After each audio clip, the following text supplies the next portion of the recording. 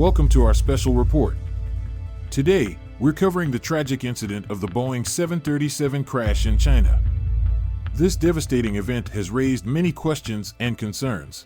Let's delve into the details of what happened, the aftermath, and the ongoing investigations.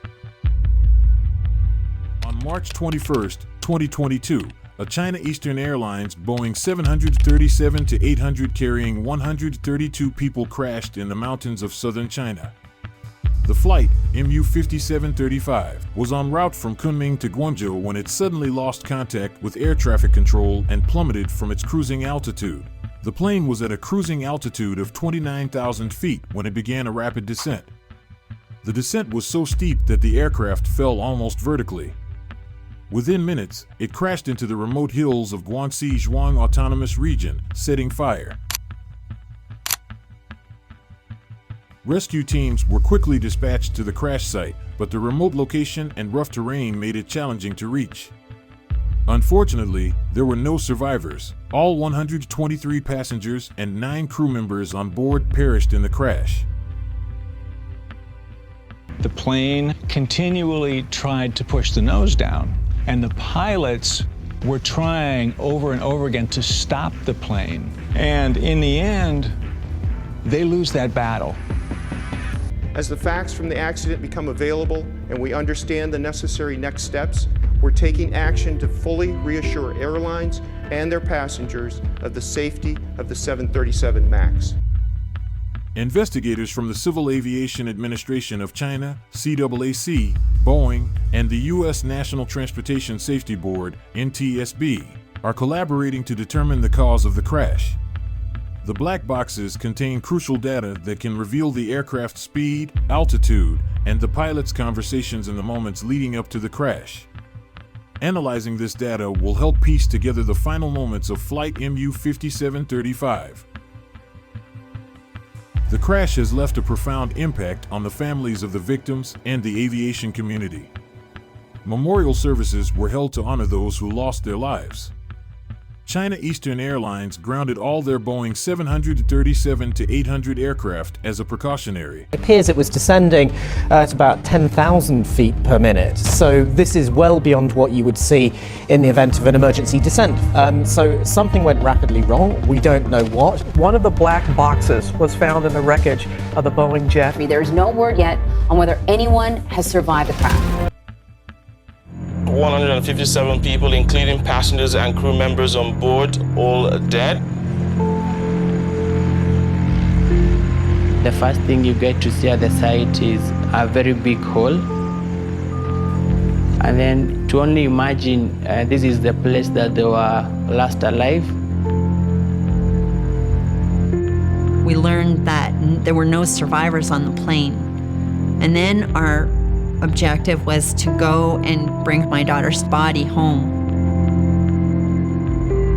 Now you're in close proximity, you're able to see the fine details, you're able to maybe think these are personal effects belongs to Carol, my sister, or my mom, or this bone, whose bone is this?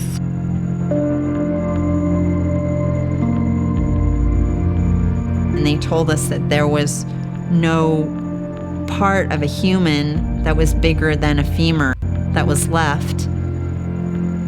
That whole experience is just a jumble of images and painful thoughts and blankness, really, to me. I don't really... Safety is our top priority. We are cooperating fully with the investigation and will implement any necessary changes to enhance the safety of our flights. The Boeing 737-800 is a widely used aircraft with a strong safety record. This incident has prompted airlines and aviation authorities worldwide to re-examine their safety protocols and ensure that all necessary precautions are in place. Boeing hit problems, pushing pieces together with excessive force to make them appear that the gaps don't exist, even though they exist.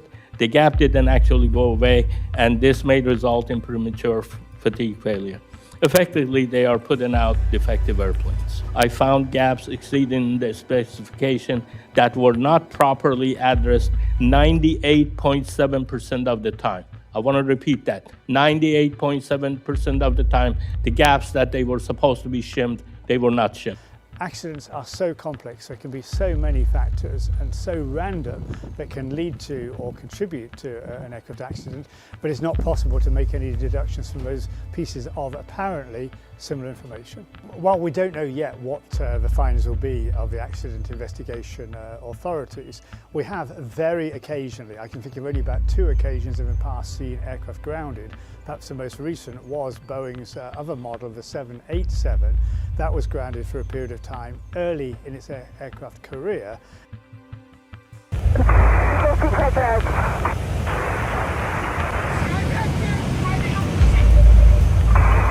go down. Trouble to declare an emergency. We're descending down to 10,000. We have 177 passengers.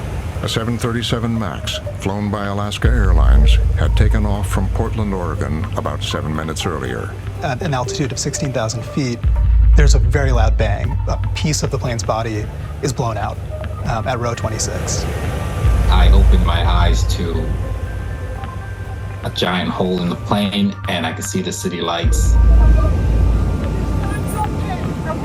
There's a deafening wind howling through the plane.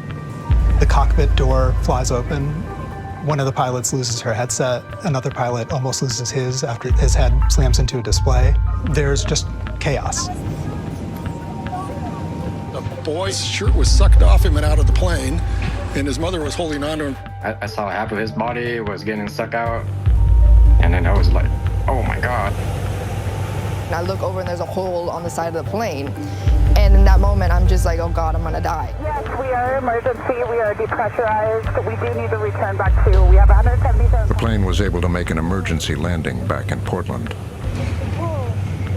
But the incident resurrected concerns about Boeing and the MAX.